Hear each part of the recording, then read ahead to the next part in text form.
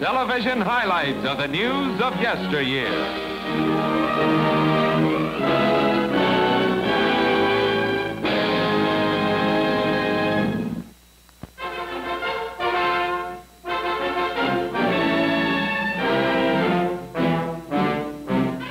Rhineland regained.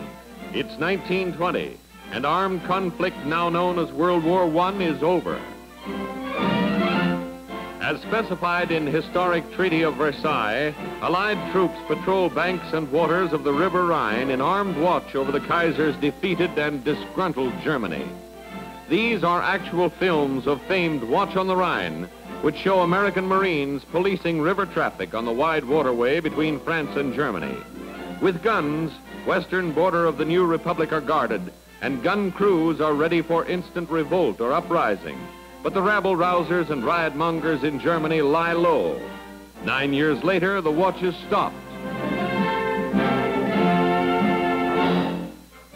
It's June of 1929 as English troops leave Königstein in the British zone. The pleas of democratic Germany are being answered, and Allied mothers want their soldiers home. It's goodbye to Germans who have found friends among the occupation troops. But many a Rhine Watch soldier married a German girl and later brought her home to his family and life in a friendly land.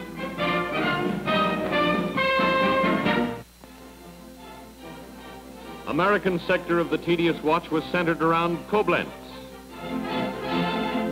When Americans blew the last retreat, Old Glory came down to be replaced by the flag of France, for it was the French who most feared the rebirth of power and national pride in Germany.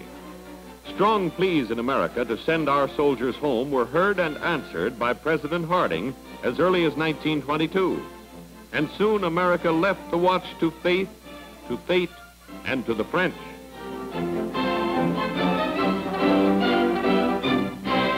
But then at Ahrensbreitsen in June of 1930, the tricolor too comes down, as last of guardians of peace prepare to leave. German and French officials salute the rebirth of trust and friendship in central Germany. And Marshal Joffre innocently gives the kiss of death to lasting peace for Europe and the world as French guards parade gaily back to Paris. Now both banks of the Rhine are Germany's again, and June 1930 is a joyous day. For whom? For all the world. French soldiers, the last of Allied troops to leave the Rhine, roll homeward in a world promised and guaranteed everlasting peace.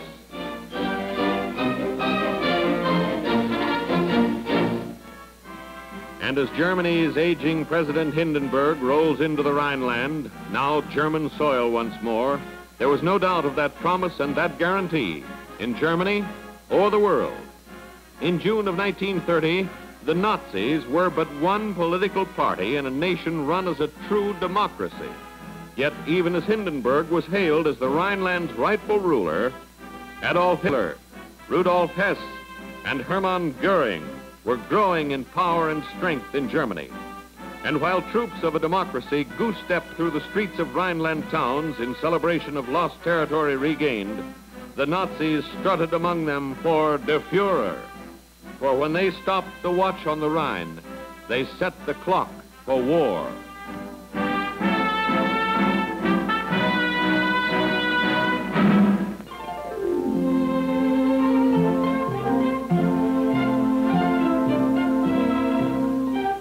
Culver City Cutie. It's 1922, and London, England's latest craze makes a call in Culver City, California. That's not a small girl out for a walk with Mommy, but a mere doll that walks like a human. Well, almost anyway. After a performance like that, little Wilma Walker deserves to take a bow. Secret of Stride is set up of springs in doll's legs that let it stand up and walk.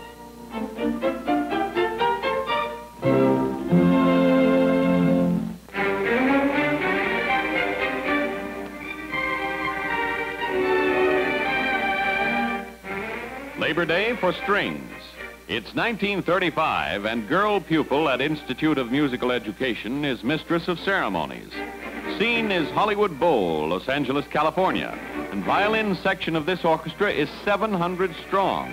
In In fact, the entire orchestra is made up of 700 violinists, largest world has ever known. And this little beginner is doing all right for a girl who doesn't know much about bows.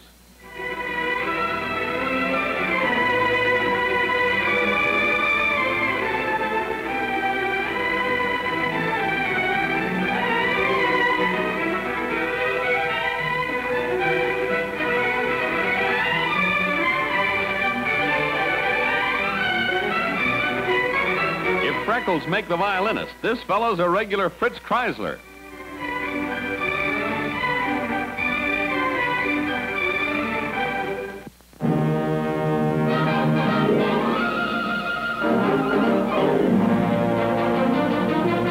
Young Stribling and his youthful bride. It's 26th of December, 1925, and in Macon, Georgia, Billy Young Stribling takes a wife. The former Clara Kinney is now a manager for Boxer Stribling, famed, important, and exciting fighter, but never once a champion. It's January 29th, 1928, and here's actress Katharine Cornell posing as Cleopatra, real-life queen of a more ancient era. Miss Cornell is here appearing in benefit to raise funds to build Memorial Theater in Stratford-on-Avon, once home of greatest of all playwrights, the Bard of Avon, William Shakespeare. Here aboard liner Celtic in early 1920s is Otto H. Kahn.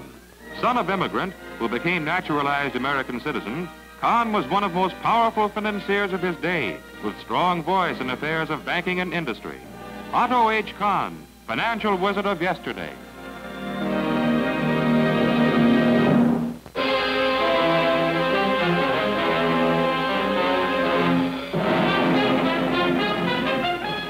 Down went the derricks. Winds of near tornado velocity hit oil forests near Orangefield, Texas in 1922, and here's the result. This couldn't happen now, for the old wooden derricks have been replaced by towers of steel. But back in 1922, the wind made merry amid the towers of timber, and the derricks came a-tumbling down. Biggest loss was from Drilling Holiday. But what's oil? Merely money.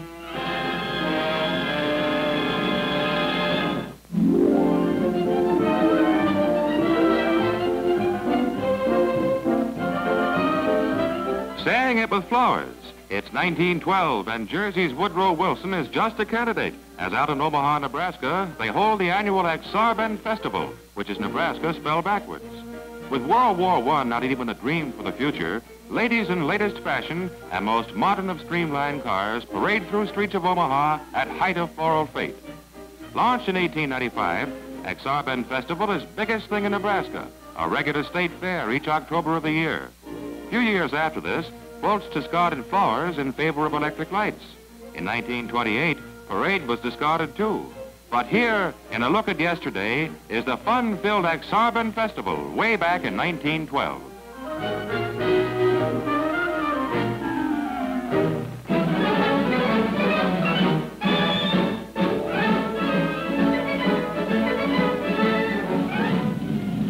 Horsepower Thunderbolt. It's September 1935. Propellers turn and pilot gets into cockpit of yet untested plane. As ship is raised from runway and wings into the air, wraps are coming off craft that has long been called the Mystery Plane. And then the mystery unfolds as its owner, backer, builder, and pilot, Howard Hughes, brings the plane in from its test flight for a landing at the dangerous speed of 75 miles an hour. It's only 1935, yet millionaire sportsman Howard Hughes has flown over 300 miles an hour.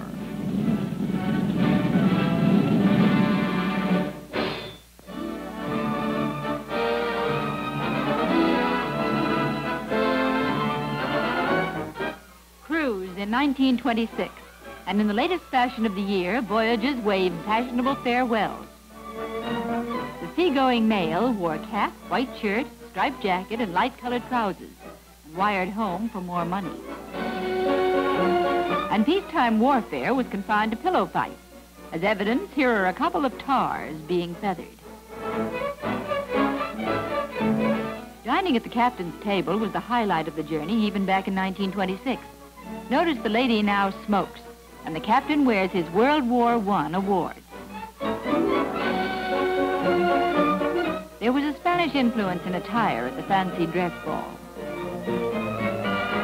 And these onlookers watched a gathering of dancers dressed in the flowing robes and colors of peacetime Spain, as vacationers of 1926 had fun on the bounding Main.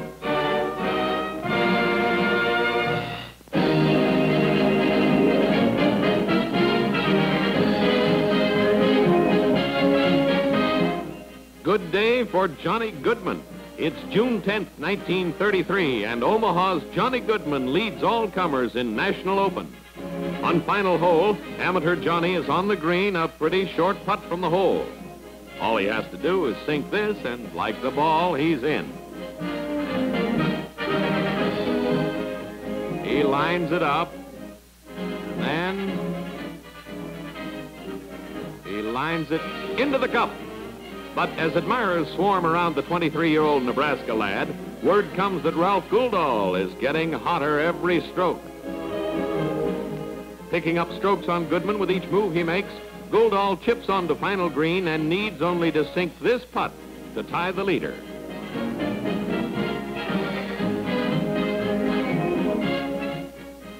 But this hit is a miss. And Johnny Goodman's .287 makes him fifth amateur to win Golfdom's most coveted crown. To your custody, the championship cup. Thank you very much.